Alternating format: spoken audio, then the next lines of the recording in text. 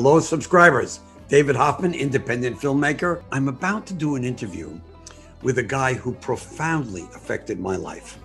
The time is 1989. I'm doing my first major television series, subject the 1960s. I'm from the 1960s. And I'm talking to people 25 years later who lived through the 60s, grew up in the 60s, about things they experienced. It's a big series. It's PBS's prime series of 1991. And the most kind of what gets the audience is the very opening, the tease. The tease has to be perfect, PBS tells me, because the audience has the remote switch. They can turn the damn thing off. And then your whole audience is gone. What do I do for the tease? Well, I got a lot of wonderful photographs from the 1960s, from people who lived through it, from all kinds of different parts of society. But I have no music. I'm really struggling. It can't be 60s music. 60s music? Just what am I going to play? Rock and roll, blues, Elvis Presley. It can't be modern music because that doesn't make any sense either.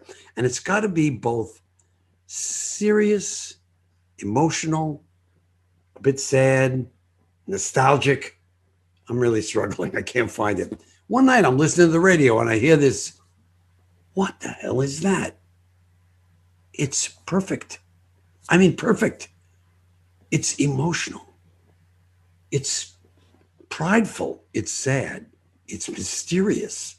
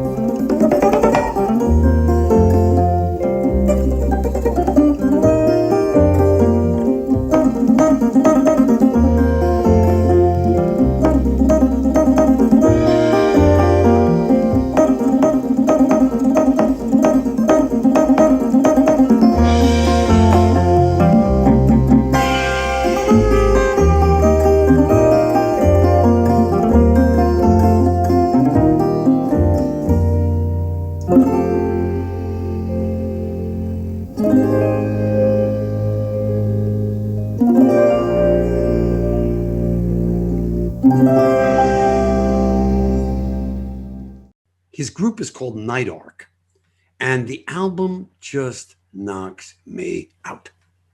So today, all these years later, more than 30 years later, I'm going to interview this guy because he's had this incredible career, which I know a good deal about.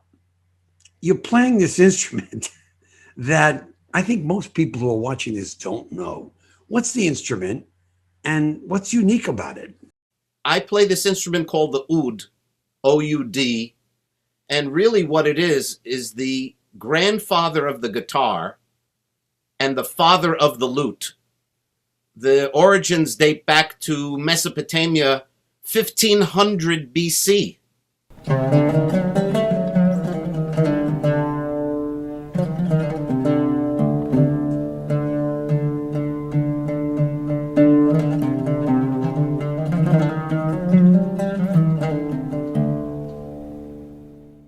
It's an ancient instrument, but like the alligator, it continues to thrive. One of the distinguishing characteristics of the oud is the fact that it's fretless. The guitar has frets, those lines on the neck, which limit you to the 12-tone system of Western music. The fact that this is fretless, we play microtones. And you might be interested to know, David, that microtones are actually closer to nature. The Pythagoras discovered something called the harmonic series in nature. If you pluck any string of any instrument, there's a series of tones that occur, and eventually those tones have microtones.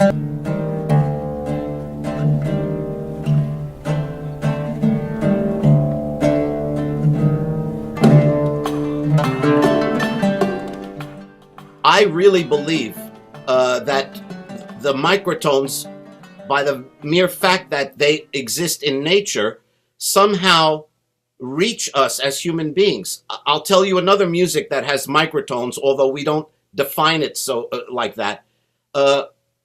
Gospel and blues music. They use this term, the blue note.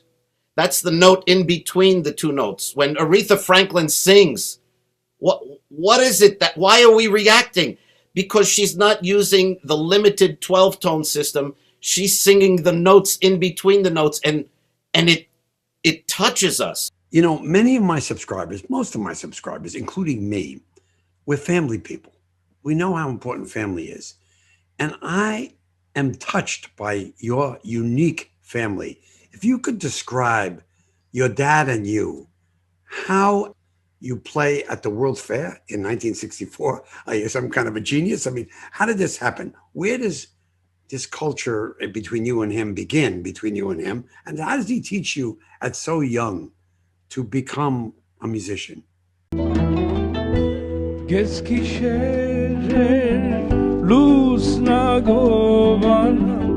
The important answer to your question lies in the fact that we are Armenians.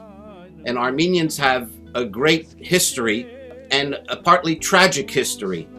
We suffered the first genocide of modern times. Actually, the word genocide was coined by a German to describe what was occurring to the Armenians. That obviously had a profound effect on us everywhere. It's the reason why I'm born in America. Why aren't I born in Armenia or in the villages of Turkey where my ancestors are from? It was because of those events. They were spread out, they were massacred, they were displaced, they wound up in a diaspora all over the world. So remaining Armenian has been almost an obsession for Armenians around the world because of our history and because of the fact that we lost our lands. So wherever we are, we try to keep our culture, our language, our music, our food, our architecture, our literature, etc., etc. So that's kind of the foundation of the question. Specifically, my father is 91 years old. He continues to thrive as the Armenian folk and liturgical singer in the world. Everybody knows my father, Onnik. So I grew up hearing music in the house from birth. And if you ask me how did it happen, not only the parties at the house with everybody singing and playing instruments, but even if they were invited to a wedding, all they needed to do was put me by the bandstand. I would sit on a chair by the bandstand and watch the music, trying to figure out, what is this magic? How can I become part of this? I had the unbelievable advantage of having my father as the band leader, so he would take me on gigs. What can they say? He's the band leader. Don't let that kid play? No, he's the man. So I literally, David, I learned on the stage. It was an unbelievable experience, and I got to return that great gift that my father gave me when I started becoming successful throughout Europe. I then brought my father to the festivals in Europe, and we had great moments. Anur sayını zoray Gamat gamat gukayin anam Anur sayını zoray. Now let me just ask you a question off point. Who's better, your dad or you? I mean, are you now the star and does he look up to you? Or is he still kicking your butt at 91?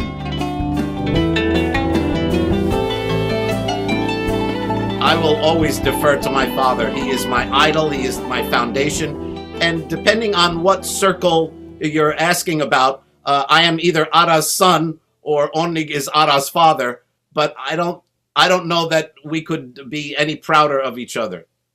But you're born in America. You're a New Jersey guy, and yet you're holding these roots. Is that a good thing to do, you feel? And why? What's the value of being both an American and an immigrant, or the child of an immigrant? I'm going to speak sort of philosophically. This is just my opinion. If we are not researching who we are, meaning our cultural history, I think we're making a big mistake, because the answers that we need to follow the answers to the questions of how am I supposed to behave? What am I supposed to do with my life? Who am I? Who should I be? Who should I marry? How should I raise my kids? All of these important questions. And of course, what should I do with my life? I believe many of those answers lie in genetics, in our past, in our history. And I'll tell you a story if you don't mind, David. I grew up wanting to play the oud. Part of the reason was, as a child, my parents told me you could go into any room in this house, but you can't go into our bedroom because there's a very delicate instrument there and you might break it. So you could touch anything in the house, but you can't touch that instrument. Well, that kind of sealed my fate, didn't it? It's the only thing I wanted to touch. I don't know if they did it on purpose or not, but that was it. I would sneak in there when my father was at work and my mother was sewing in the living room. And the first time I would just pluck a string and run.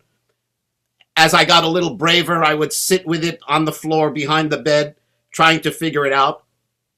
Well, after about a year, one day my father came home at 4:30 instead of 6.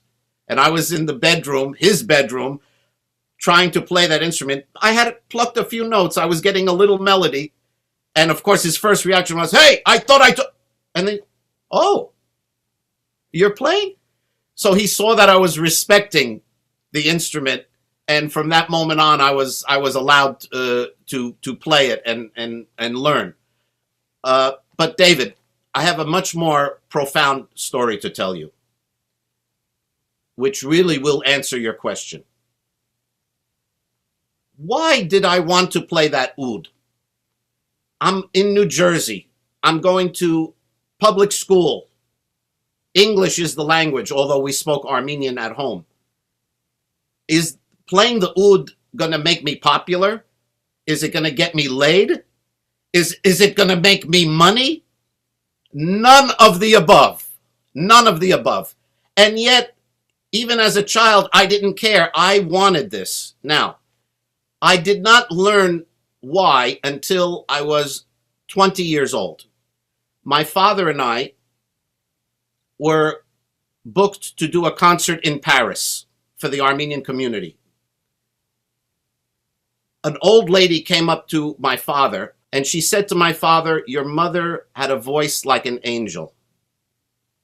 So that confirmed my father's memory, and it explains where my father got his talent. And then she continued. She told my father, "And your father played the oud." David, I get chills now just telling this story. Yeah. Okay. Sorry. You know, I'm sorry. I'm born in America. I'm raised on the Beatles. Why am I playing the oud? It's not going to get you girls or money. I didn't know why. But that moment, I'm so sorry. It taught me that your identity, your ancestors are in you. It doesn't matter where you're born. If you follow what you feel, there's a truth to that. I may have lived and died and never known that bit of information, but it solidified what I was feeling. When she said that, I was 20 years old. I began to weep because it confirmed everything in my heart. It said, you're feeling the right thing. Listen to your heart. Trust your own body and your heart and your mind. Follow what you feel, because you may live and die and never know why you feel that way. But that old lady gave me the gift of a lifetime. And I have since passed on that advice to my children. Son, if you think that girl is pretty and all your friends think she's not, you don't listen to them. My daughter, if you like that food and everybody else says it's gross, you don't listen to them. You have to, what can we trust other than what we feel? So that was my long way of answering your question. To be who you are is everything. And that old lady embraced that thought. So I want the audience who's watching this to know that Ara is a globally popular musician who played, well, I was in Israel with my wife a long time ago, a quarter of a century ago, and I go to hear Ara in Tel Aviv. And the audience is Israeli Jews, Israeli Palestinians, Turks, Armenians, Americans. It's fantastically diverse. I'm shocked. It's not just me who finds this kind of music that way. It's many, many cultures. So Ara, tell me about that. Why is this music kind of like bluegrass? It's universal. My music in particular is very melodic. Today's popular music seems to have lost that emphasis. It's more about rhythm and sonic textures rather than melodies. For whatever reason, we don't have to discuss it, I am searching for beautiful melodies. And a melody is something that every human being, regardless of their race or creed or anything, can relate to. They hear a simple, pleasing melody and they sing it back and it stays with them. This is what I'm searching for. I'm searching for melodies that seem to already exist, David. I'm not trying to be creative and bring something that's going to force the listener to rethink how they hear. I try to close my mind and hear the melody. And in that sense, I feel like I'm more of a song finder rather than a creator. Because when a song comes and you don't have to edit it and fix it and change it, when it just comes, it's as if it's there and it's right. And I believe that these are the things that we meaning human beings, share in common. The songs are about the human experience. I love this woman, but she doesn't love me. My friend died. I don't know how to express it. Oh, here. My daughter is born. I'm going to write a lullaby for my daughter. These are things that every human being has experienced and relates to. And this is the answer to your question. How could the audience be diverse? Music is what tells us how it is to be a human being. One more thing. I got to thank Onnik. This is a guy I've never met, but he must be one hell of a great individual to have raised you. I cannot say enough about my father, but I will tell you this, because it just happened. He was awarded the National Endowment of the Arts Fellowship Award for his contribution to keeping his Armenian culture alive in America. And the way to describe what he has done, he never intentionally wanted to save anything. He just sang because he loved to sing. And he was Armenian because he loved to be Armenian. And that sincere life is what has been recognized. He wasn't after a goal, but as it turns out, he kept the dinosaur alive. And we're very proud of him, and I could not be more proud to be his son.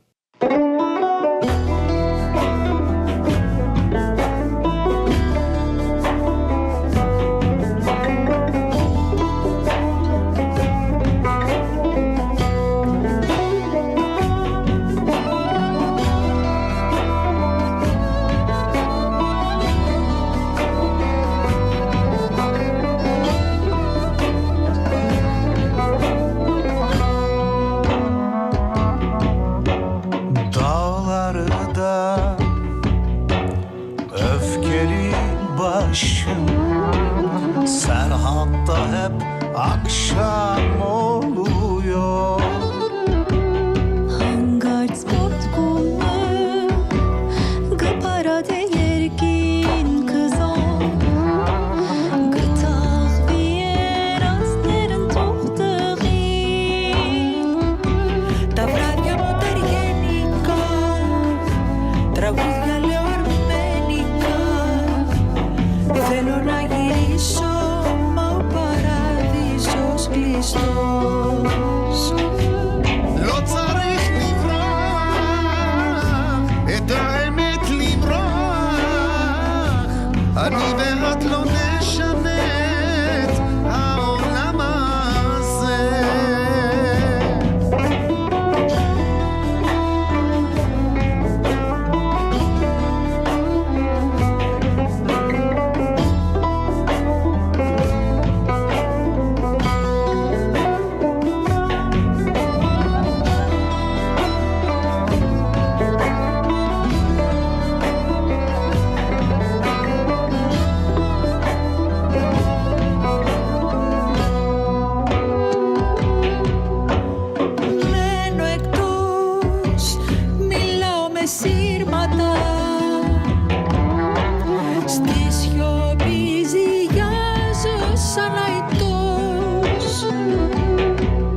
מענה, ואיש גם לא יודע האם בסוף הדרך ניפגש. Ara Dinkjian. Τραγούδια λέω αρμενικά, ազատի գոյությունի մայսան վերջ խավարը.